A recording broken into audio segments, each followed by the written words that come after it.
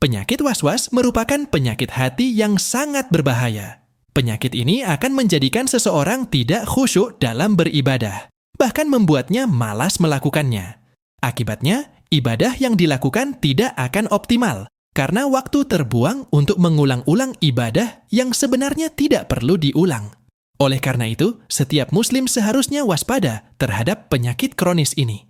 Karena penyakit ini dapat dianggap sebagai alat dari setan yang harus segera diatasi. Jika tidak, penyakit ini akan semakin mengakar dalam hati dan sulit untuk hilang. Pada akhirnya, penyakit ini dapat membuat seseorang kehilangan kewarasan.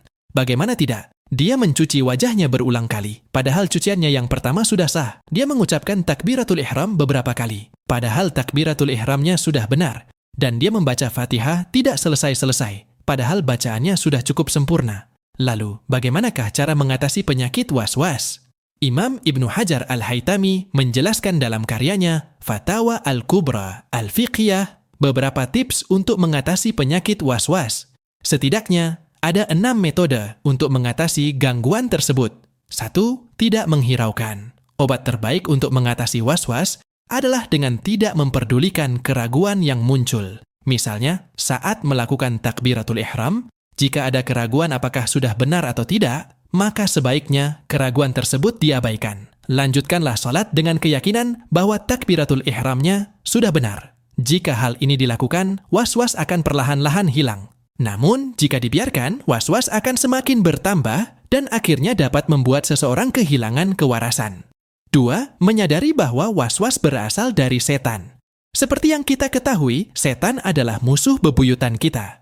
Mereka berusaha keras untuk menjerumuskan kita ke jalan yang dimurkai Allah. Oleh karena itu, mereka mengganggu kita saat kita beribadah, menyelipkan keraguan dalam hati kita terkait sah atau tidaknya niat kita, bacaan tahiyat kita, dan sebagainya. Oleh karena itu, ketika was-was datang, kita harus menyadari bahwa setan sedang berusaha mengganggu kekhusyukan kita. 3. Tancapkan dalam hati bahwa agama Islam itu mudah. Orang yang was-was biasanya menganggap ibadah yang telah dilakukan tidak sah. Misalnya, dia menganggap niatnya tidak sah, bacaan Fatihahnya tidak sah, dan sebagainya. Sehingga dia sering mengulang-ulang apa yang telah dia lakukan. Hal ini hanya akan menyusahkan dirinya, sebab agama Islam itu mudah. Rasulullah SAW tidak pernah memberikan pemahaman yang sulit tentang agama Islam kepada umatnya. 4. Belajar dengan tekun. Orang yang sering was-was biasanya disebabkan karena kurang pemahaman tentang ibadah yang dia lakukan. Sebab, orang yang berilmu dan memahami agama dengan baik tidak akan mudah was-was.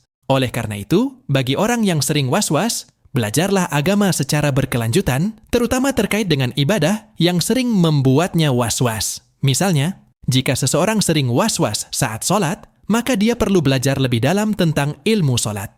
5. Membaca La ilaha illallah. Orang yang terkena penyakit was-was disarankan untuk sering mengucapkan kalimat tauhid ini. Sebab ketika mendengar kalimat tauhid ini, setan akan lari. 6. Membaca ta'awud. Utsman bin Abil Ash pernah menceritakan kepada Nabi SAW bahwa setan telah mengganggu sholatnya. Maka Nabi memerintahkannya untuk membaca ta'awud dan meludah ke kiri 3 kali. Utsman pun melakukan seperti yang diperintahkan. Seketika itu juga, penyakit was-was itu hilang. Demikianlah cara mengatasi was-was menurut Ibnu Hajar Al-Haytami. Semoga kita semua dapat mengamalkannya sehingga penyakit was-was dapat hilang dari hati kita dan kita dapat beribadah dengan khusyuk.